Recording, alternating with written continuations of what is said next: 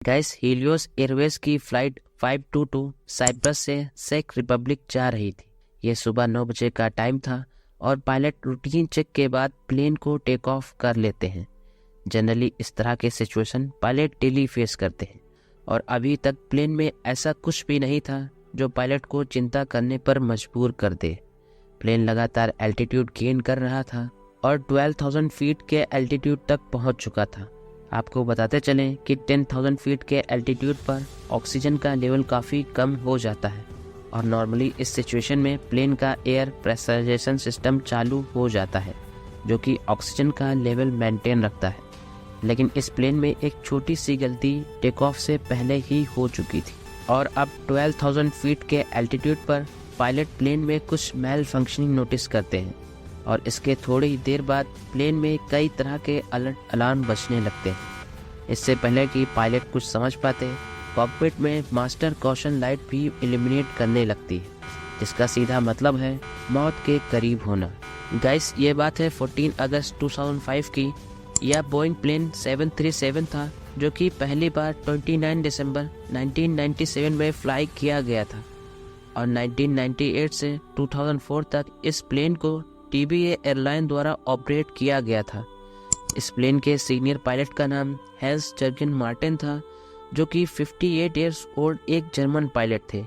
इनको total 16,900 hours का flight experience था, जिसमें से 5,500 आवर्स इन्होंने इसी बोइंग प्लेन 737 को फ्लाई किया था। इस प्लेन के दूसरे पायलट पैम्पस कैलम्बस थे जो कि 51 इयर्स ओल्ड थे। इनको सिर्फ 7,500 आवर्स का फ्लाइट एक्सपीरियंस था।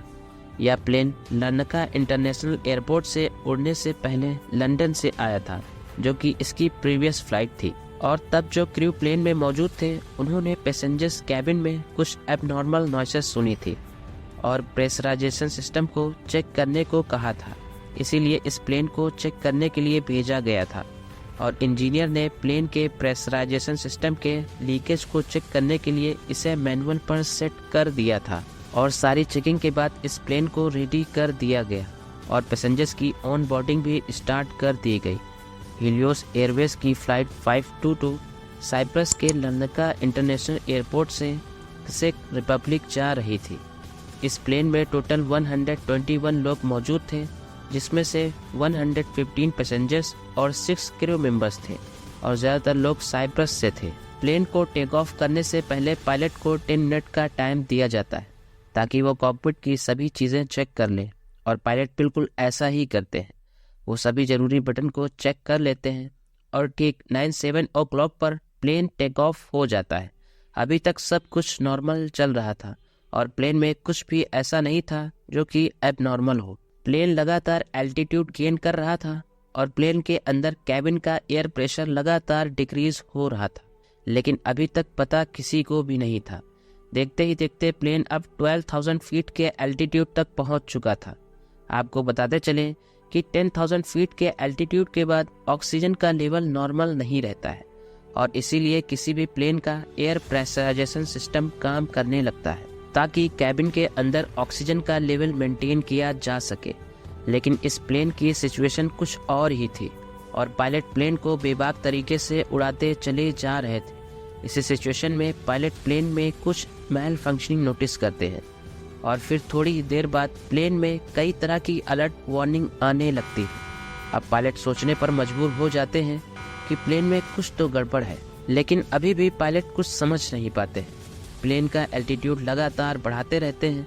ये सारी वार्निंग दरअसल पायलट को यह बताना चाहती थी कि पायलट प्लेन का एल्टीट्यूड कम कर दें, लेकिन यहीं पर पायलट से एक और बहुत बड़ी गलती हो जाती और वो मान लेते हैं कि यह टेक ऑफ अलार्म है जो कि अभी बज रहा है, जबकि इसको तो टेक ऑफ के टाइम पर बजना चाहिए था। ये कन्फ्यूज़न पायलट को इसलिए होती है क्योंकि टेक ऑफ अलार्म और एल्टीट्यूड डिक्रीज अलार्म की साउंड सेम होती है। इससे पहले कि पायलट कुछ समझ पाते, अब कॉकपिट में मास्टर कॉशन लाइट इल्यूमिनेट करने लगती है, जिसका सीधा मतलब है कि प्लेन एक बहुत बड़ी डेंजर सिचुएशन में है और कभी भी आउट ऑफ कंट्रोल हो सकता है।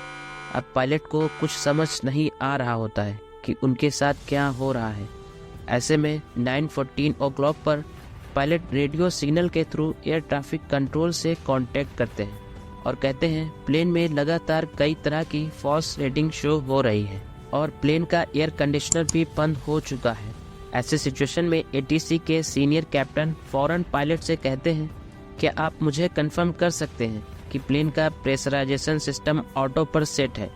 पायलट जवाब देने के बजाय ये पूछते हैं कि where are my equipment, cooling circuit breakers, और ये पायलट द्वारा बोले गए आखिरी शब्द होते हैं। फिर प्लेन का कांटेक्ट एयर ट्रैफिक कंट्रोल से टूट जाता है। अभी भी प्लेन लगातार एल्टीट्यूड गेन कर रहा था और अब प्लेन में ऑक्सीजन मास्क डिप्लॉयड हो चुके थे और ऑक्सीजन का लेवल नाम मात्र रह गया था। शायद यही कारण था कि पायलट कैप्टन को ठीक से सुन ना सके, क्योंकि वो हाइपोक्सिया के इनिशियल स्टेज पर थे। गाइस, आपको बताते चलें कि हाइपोक्सिया बॉडी की एक ऐसी स्टेज को बोला जाता है जब आपको ऑक्सीजन बिल्कुल भी ना मिल पा रही हो, और ऐसे सिचुएशन में एक नॉर्मल इंसान 3 से 5 मिनट के अंदर मर जाएगा। और यही दर्दनाक सिचुएशन उस प्लेन में भी थी। लोग अनकॉन्शियस हो चुके थे और पायलट भी अनकॉन्शियस हो चुके थे। अब प्लेन ऑटो पायलट मोड पर फ्लाई कर रहा था और अप्रॉक्सीमेटली 34,000 फीट के एल्टीट्यूड पर पहुंच चुका था। और ऐसे सिचुएशन में एयर ट्रैफिक कंट्रोल लगातार कांटेक्ट कर रही थी ताकि प्लेन का कुछ पता चल सके, लेकिन उधर से कोई भी जवाब नहीं आ रहा था। और 9:37 o'clock पर plane Cyprus flight information region से एथेंस फ्लाइट इंफॉर्मेशन रीजन में इंटर करता है। अब प्लेन को ऑटो पायलट पर उड़ते हुए 1 घंटे से ज़्यादा हो चुके थे।